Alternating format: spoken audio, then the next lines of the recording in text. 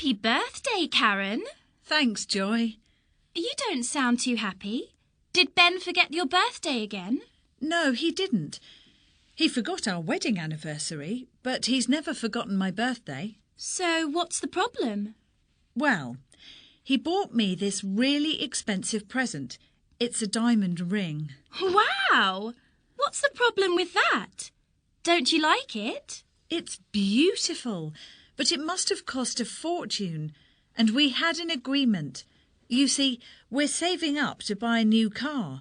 So we agreed not to spend much money on presents this year. I see. So when it was Ben's birthday last month, I just bought him a T-shirt. And now he's bought me £1,000 ring. How are we ever going to afford that car we need? 2. Some of the most interesting interviews that I did were in the first few chapters, interviews with jazz musicians, especially the ones who were alive during the golden era of jazz, the 1940s. They had some amazing stories to tell about their life on the road, the characters they met, the music they were playing. I sometimes wished I'd been making a film because the soundtrack would have been fantastic. But I think somehow the stories work better in print and hopefully will come alive in the mind of the reader. I've used the musicians' actual words as much as possible, but also added some research of my own to fill in the background details. 3. Stars of the film and music worlds gather today in a small town in North Wales for one of the most eagerly anticipated events of the year. The population doubled overnight because of all the guests, reporters from magazines and TV stations all around the world. A temporary media centre has been constructed, of the kind you normally only see at major sporting competitions. For most local people, the event completely overshadowed the local elections, which also took place today. And what is the event? After being an item for nearly 5 years, Yasmin Clarkson and Kirk Moon have finally decided to become husband and wife. And Yasmin insisted that they return to the town of her birth for this special occasion. 4. Let's go to Hampers. On the high street? Yes, that's right. Have you eaten there before? Yes, I have. I had lunch there on Saturday, in fact. Oh, did you like it? Yes, I did. I mean, it isn't the greatest food in the world, is it? No, it isn't. But it isn't bad, and at least you don't have to wait long for it. The waiters are really fast and efficient. Are they? They weren't on Saturday. Maybe because it was so busy. We had to wait about 20 minutes for our main course. But when it came, I was happy. Half a chicken, 2 baked potatoes, beans, carrots. What a feast. And I was starving hungry because I'd been playing football that morning. Yes, it's a good place to go if you're feeling really hungry. And the prices aren't too bad. No, they're not. I mean, it isn't cheap, but you get really good portions. 5. I first started performing when I was 16 years old. They were small places, restaurants mainly, or clubs, rather than real music venues.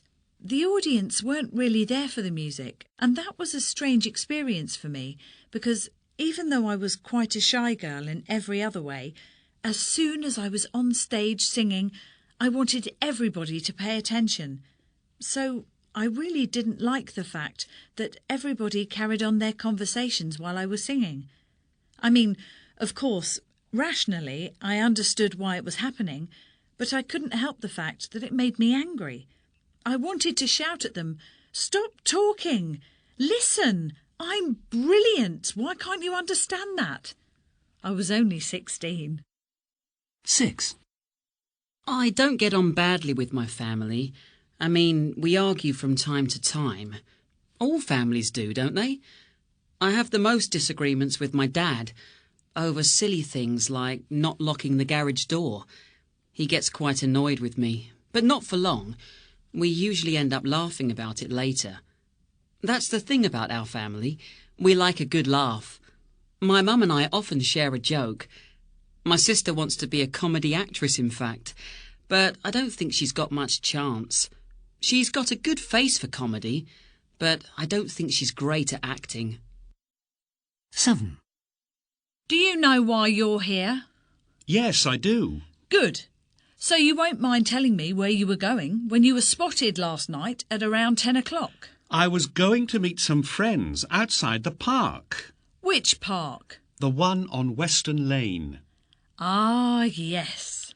The one that suffered all that criminal damage last week. I suppose you think I did that too. I wasn't implying anything of the kind.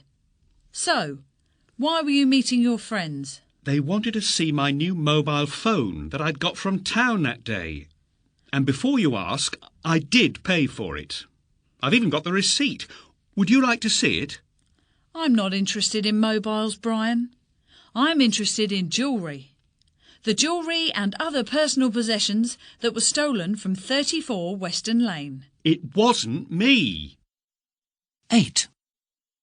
I started working in a laboratory straight from university when I was about 21, and I'm still at the same place 10 years later.